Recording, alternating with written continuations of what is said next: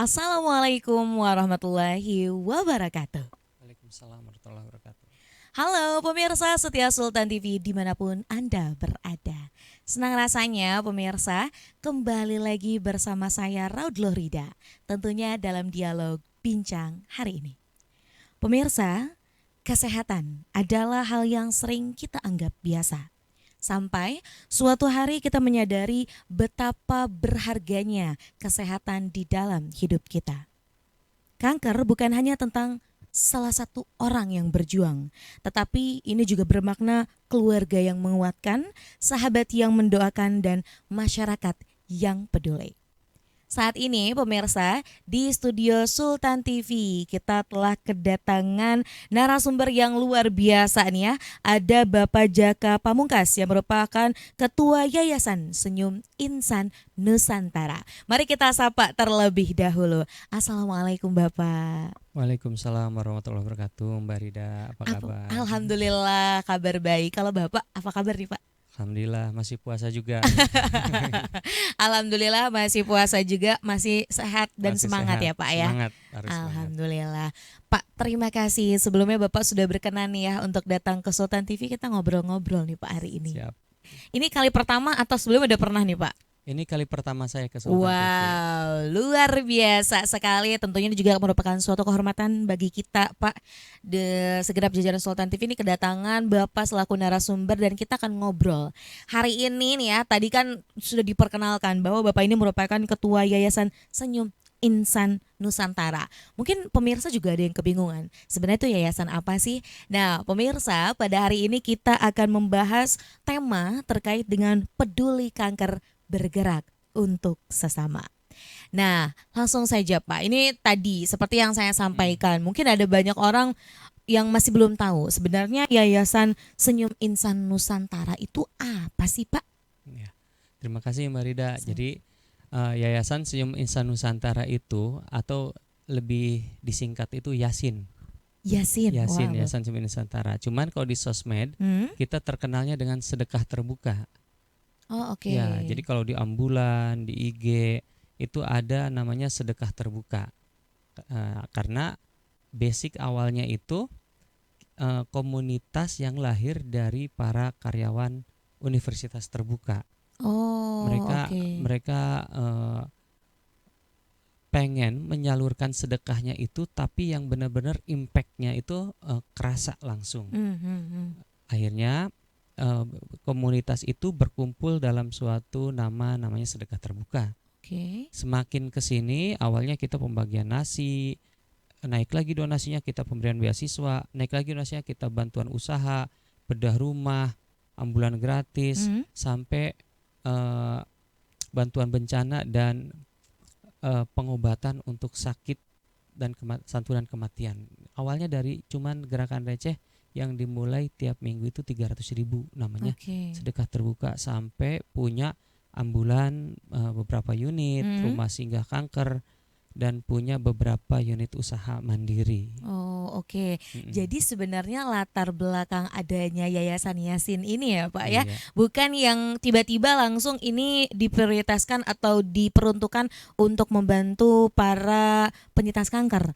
Tapi ternyata dari sedekah-sedekah yang kecil berujung kepada satu goals yang besar nih Pak. Ya, awalnya hanya dari receh 10.000, 20.000, sampai Allah ridho kasih belasan miliar untuk bantu pasien-pasien. Wow, luar biasa sekali. Nah, ini nih kerennya ya Pak ya, sebuah yayasan yang memang bisa membantu masyarakat, khususnya tadi ya yang para penyintas kanker.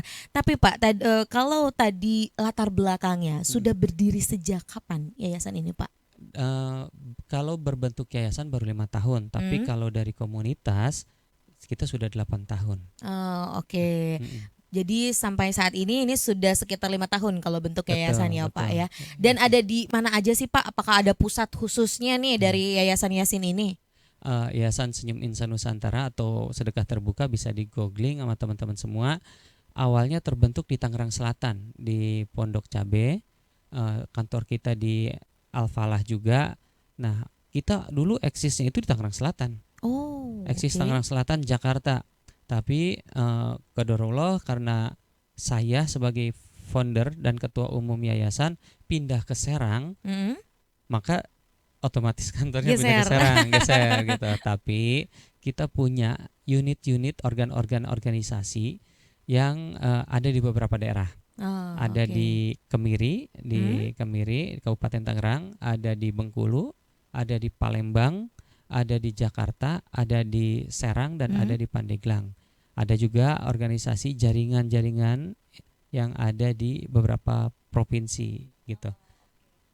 Jadi ini bukan hanya ada di Provinsi Banten saja, tapi ada juga di seluruh Ya. Indonesia. Ya, untuk jaringan kita ada di seluruh Indonesia. Ya.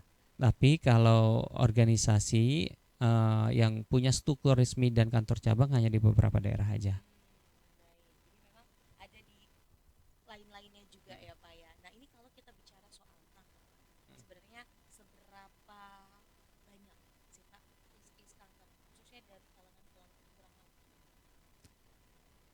Baik, untuk case kanker itu saya tarik dulu deh ke latar belakang kenapa tiba-tiba kok yayasan yang awalnya bergerak sosial tapi ke kanker.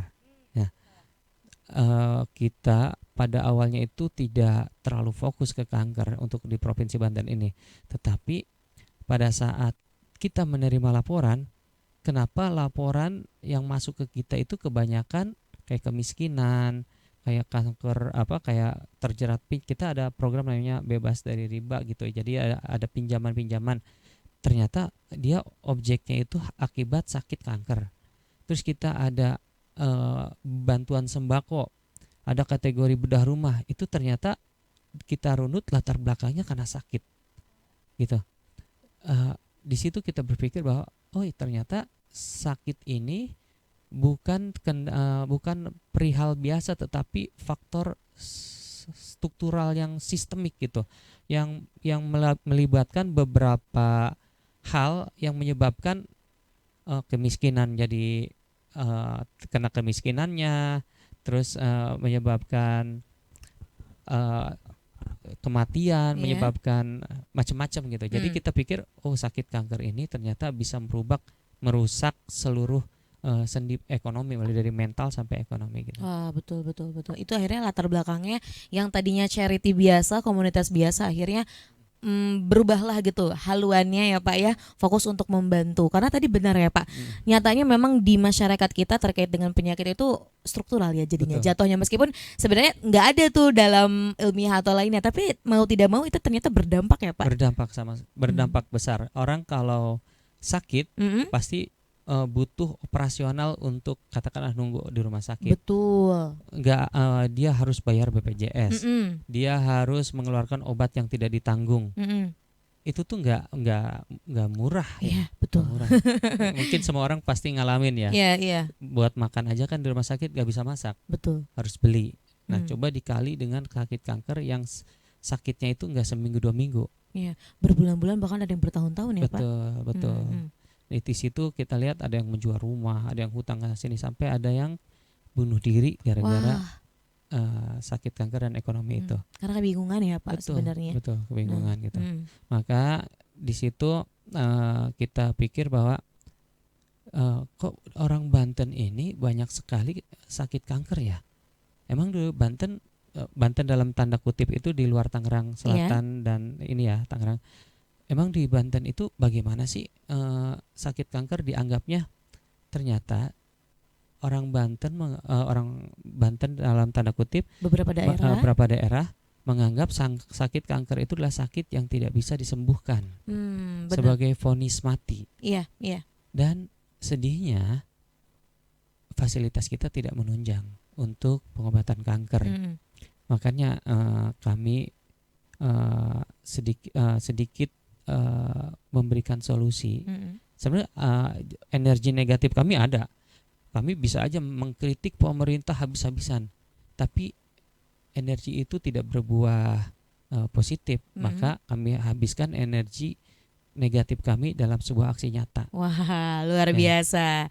Jadi melakukan apa yang bisa dikontrol ya Pak ya. betul. Kalau tadi mungkin berbicara pemerintah itu juga harus melalui beberapa birokrasi Lelah ya. yang cukup lelah dan akhirnya ya udah nih di all outin ketika tadi membantu para penyintas kanker tersebut gitu ya Pak ya. Iya, betul. Mm. Awalnya kita bantu bayar BPJS, Mm-mm.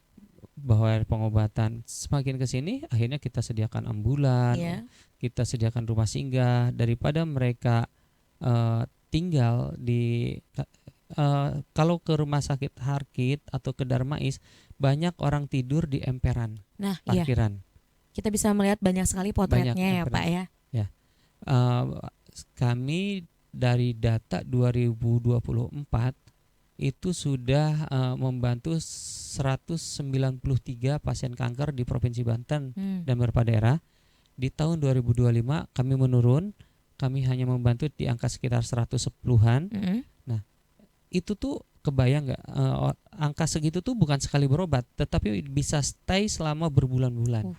Butuh makan, butuh operasional ambulan bolak-balik mulai dari ujung Sumur, ujung Lebak, itu kami jemput. Yang kidul-kidul ya Pak. Iya, itu kami jemput tanpa mengeluarkan biaya sepeser pun. Makan kami tanggung gratis, pengobatan kami tanggung, ambulan kami tanggung. Tapi tidak semua penyakit itu kami bisa tanggung karena kami bukan yayasan yang unlimited. Gitu. Jadi kami seleksi dulu mana yang bisa kami bantu dan mana yang tidak. Oke.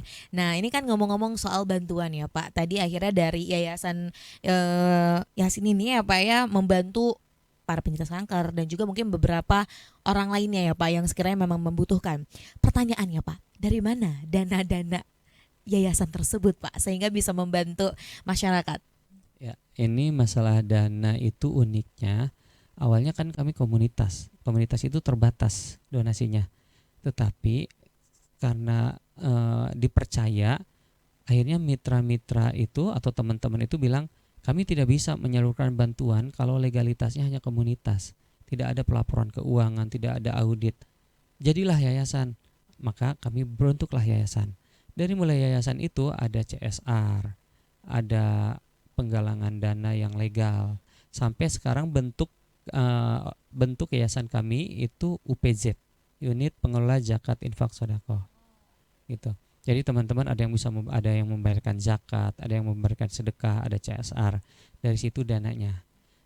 Sedihnya mitra strategis kami dari pemerintah sepertinya belum melirik kami. Sebagai salah satu mitra strategis. Walaupun kami sudah sowan, alhamdulillah kemarin sowan itu ke provinsi, langsung disurvei dan kami langsung mendapatkan juara 1 SDGs Award dalam kategori filantropi untuk kesehatan. Wow, luar biasa. Selamat nih Pak. Ya, dengan beberapa proses yang cukup panjang ya Pak pasti. Nah, itu bentuk perhatian kecil, tapi menurut kami bahwa alhamdulillah nih kami diakui oleh pemerintah gitu.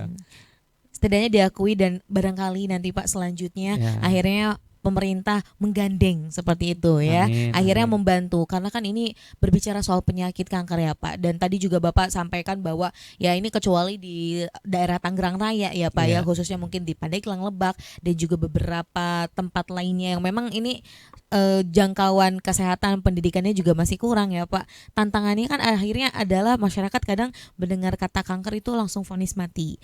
Nah, selain itu Pak, adakah tantangan lain yang dihadapi ketika akhirnya membantu para penyintas kanker dan juga para keluarga lah seperti itu yang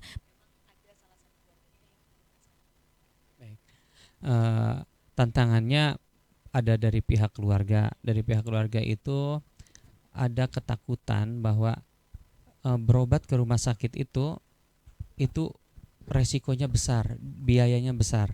Jadi kami sering membantu tetapi tidak mendapatkan izin dari keluarganya.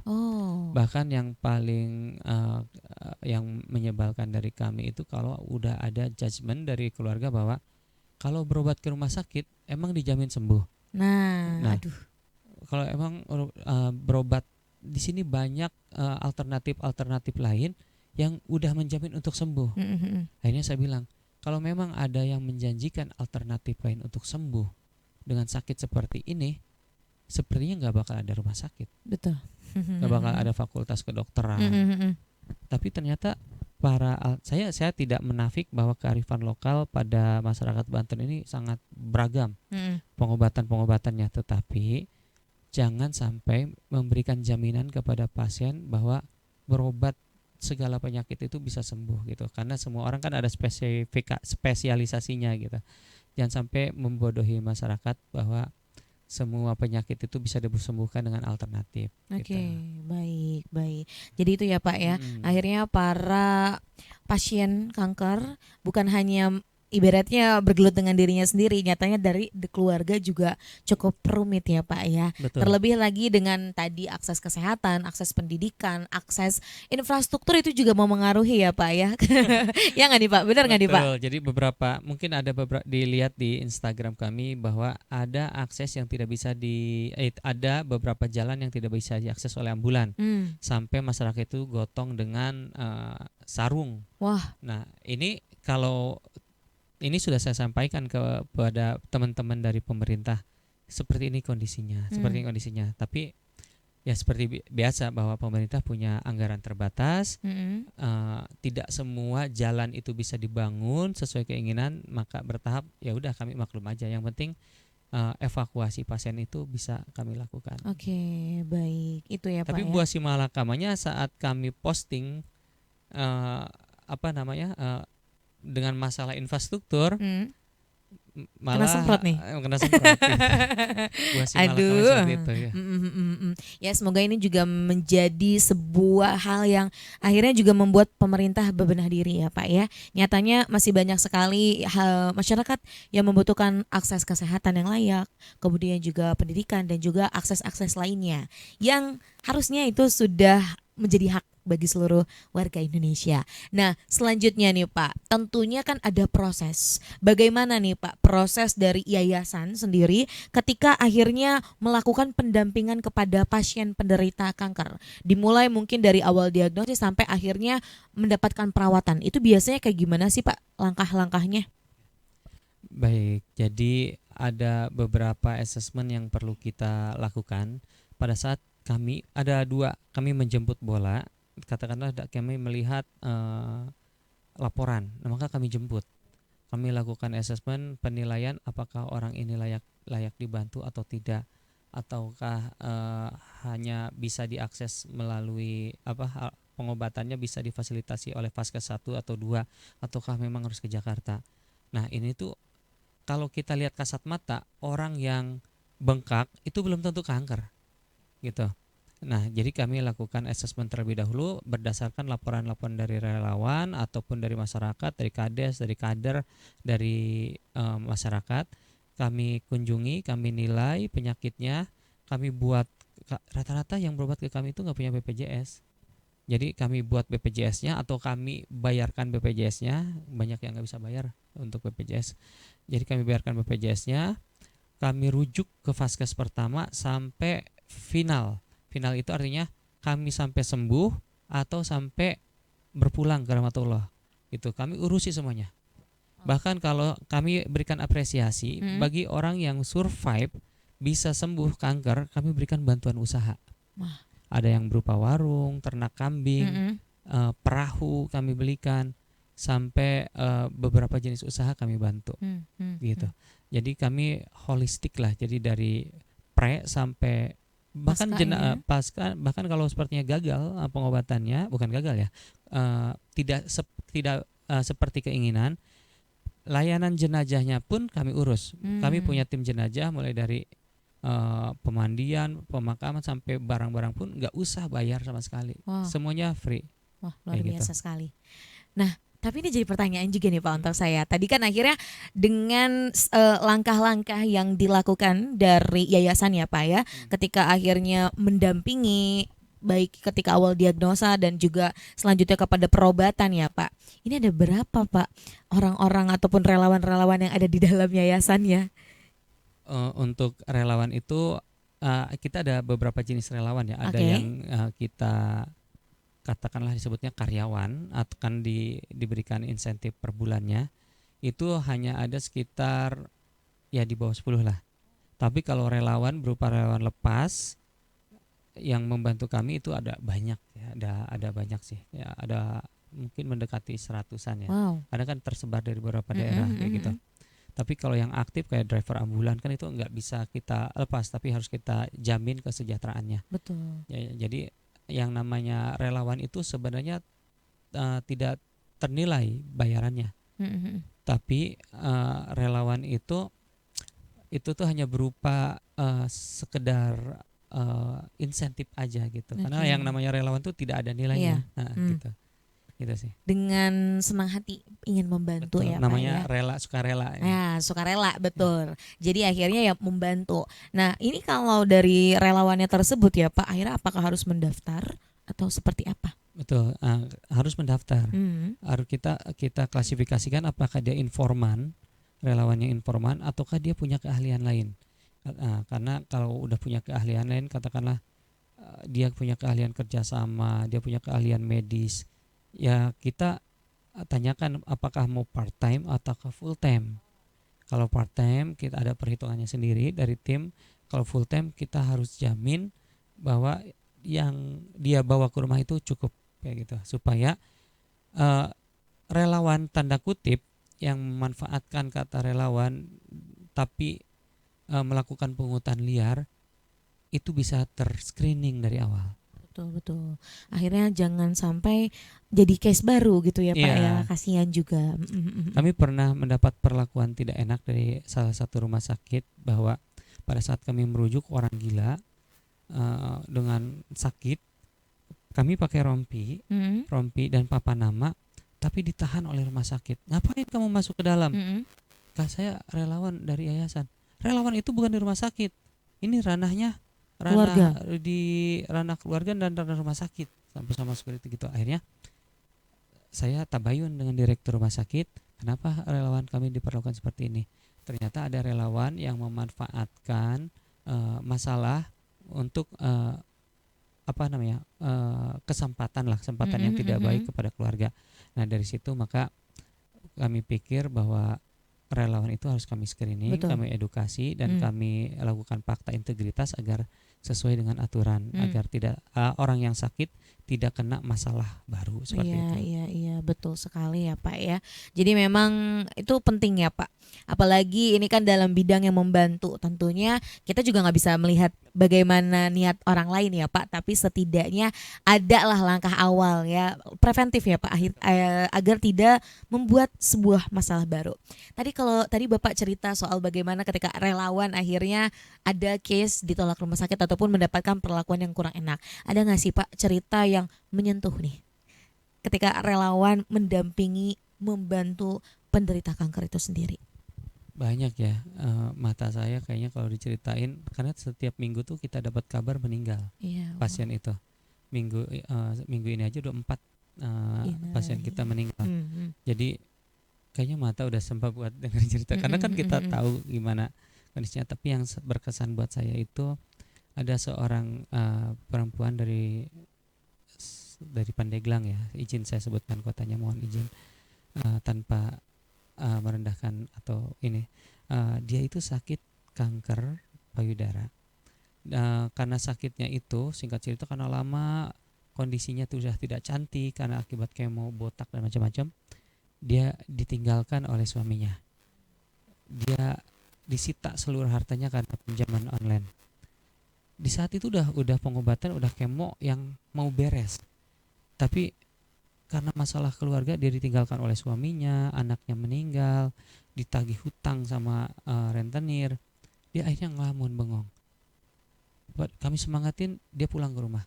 Pas saat pulang ke rumah kami dapat kabar dia loncat dari jembatan untuk bunuh diri. Itu alhamdulillah bisa terselamatkan. Nah, saya tanya, kamu udah mau sembuh, ini udah kemo mau terakhir. Dia bilang dia nggak ada alasan lagi untuk hidup. Harta udah habis, anak udah meninggal, suami ditinggalkan. Jadi buat apa saya tetap berobat untuk sembuh? Padahal itu udah akhir dari kemo. Saya dapat kabar bahwa pada saat kemo terakhir beliau meninggal. Benar, itu kebayang sih Pak ya. Akhirnya bagaimana sedihnya tentunya para relawan mendampingi, karena ternyata bukan hanya penyakit ya Pak, maksudnya bukan penyakit yang ibaratnya kanker saja, namun itu kan akhirnya juga menjalar kepada mental dan hal-hal lainnya.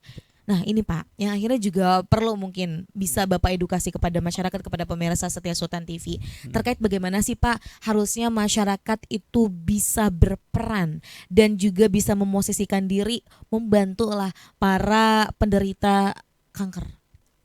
Baik, saya sih berharap bahwa kepekaan kita itu terhadap tetangga kepada saudara itu lebih gitu. Memang ada ketakutan dari penderita kanker, kenapa mereka tidak memberitahukan sakitnya ke tetangga atau ke saudara. Ternyata kanker itu sendiri menyerang psikologi mereka. Mereka berpikir bahwa dengan sakit kanker akan menjadi beban keluarga dengan biayanya. Kalau mereka datang takut dipinjemin uang gitu. Kalau mereka sakit sampai bertahun-tahun pasti akan merepotkan gitu. Padahal kalau kita ada rasa tanggung jawab atau rasa kemanusiaan terhadap saudara-saudara kita, nggak usah kayak gitu, kasih support aja udah cukup gitu. Dan teman-teman pemirsa Sultan TV juga harus aware terhadap deteksi dini, karena semakin cepat disadari semakin besar kemungkinan untuk sembuh kayak gitu. Data dari Banten ini kebanyakan adalah kanker payudara, kanker serviks, kanker pencernaan, kanker paru-paru. Ternyata tidak dinafikan bahwa tingkat perokok di kita tinggi. Orang yang rumahnya asbes atau salah satu zat-zat pencetus kanker juga tinggi. Dengan sanitasi yang jelek. Memang kanker itu kan di semua orang ada sel-sel kanker, tinggal nunggu pencetusnya aja. Tetapi edukasi nggak sampai, sepertinya bukan nggak sampai ya, tidak sampai secara menyeluruh dari tenaga kesehatan, kader kepada masyarakat bahwa ini bukan sakit biasa, ini bukan bisul, atau ini bukan batuk biasa, atau ini bukan perdarahan biasa, ini tuh sakit kanker. Nah, edukasi itu harusnya diketahui oleh satu RT, satu edukator. Ternyata bahkan satu desa pun tidak ada satu edukator kanker. Saya sih titip kepada orang-orang yang berpendidikan, baik akademisi, pemerintah, buatlah suatu program, mau KKN ataupun sinergitas SDGs ataupun apapun, buatlah edukasi aware kanker, karena kanker di Banten itu masih kata asing, kata asing buat warga Banten. Jadi buatlah satu RW atau satu RT itu satu kader edukasi untuk kanker. Saya sih berharapnya seperti itu. Nah, semoga dapat diwujudkan juga nih Pak ya, terkait dengan bagaimana akhirnya juga bisa membantu para penderita kanker. Terakhir Pak, boleh closing statement singkat nih terkait dengan tema kita hari ini untuk pemirsa setia Sultan TV. Sakit kanker itu bukan vonis mati, tetapi itu adalah kesempatan untuk kita menjadi lebih baik lagi dan untuk berbuat lebih baik lagi. Maka kami berharap deteksi dini harus lebih aware terhadap deteksi dini pada kanker. Itu aja mungkin ya. Baik, terima kasih Bapak atas closing statement-nya. Dan ini juga akhirnya menjadi sebuah hal yang perlu kita renungkan bersama, bahwa sebenarnya apapun penyakitnya ya Pak ya, hendaknya kita sebagai masyarakat akhirnya jangan menjauh ya, justru harus bisa membantu. Dan bantuan itu sebenarnya bukan hanya finansial saja, tapi bantuan support, semangat itu amat sangat penting agar tentunya para penderita, khususnya penderita kanker juga merasa tidak sendirian dan juga akhirnya bisa semangat untuk pulih. Amin. Terima kasih Bapak. Semoga Yayasan Senyum Insan Nusantara ini bisa selalu jaya dan sukses. Amin. Makin melimpah nih Pak para donaturnya. Amin. Karena tadi dukungannya. Betul sekali, karena tadi kalau kita lihat wah banyak sekali perjuangan-perjuangan yang telah dilakukan, dan tentunya juga bisa dilirik lah Pak ya, atau nanti juga pemerintah akhirnya dapat membantu. Terima kasih Terima Bapak. kasih Mbak Rida. Jangan bosan Pak nanti datang ke sini, atau jangan kapok datang ke Sultan TV. Siap. Nanti kita ngobrol-ngobrol lagi Pak. Tentunya apa yang tadi kita bahas hari ini luar biasa sekali Pak. Akhirnya ini juga mengedukasi para pemirsa. Kita tutup Pak perjumpaan kita pada hari ini. Pemirsa setia Sultan TV dimanapun Anda berada. Demikian perbincangan kita bersama Bapak Jaka Pamungkas yang merupakan Ketua Yayasan Senyum Insan Nusantara. Membahas mengenai peduli kanker, bergerak untuk semua. Semoga pemirsa apa yang kita perbincangkan hari ini dapat bermanfaat dan juga berkelanjutan. Saya, Raudloh Rida, dan segenap kru yang bertugas pada hari ini mengucapkan terima kasih. Pamit undur diri. Sampai jumpa. Wassalamualaikum warahmatullahi wabarakatuh. Waalaikumsalam warahmatullahi wabarakatuh.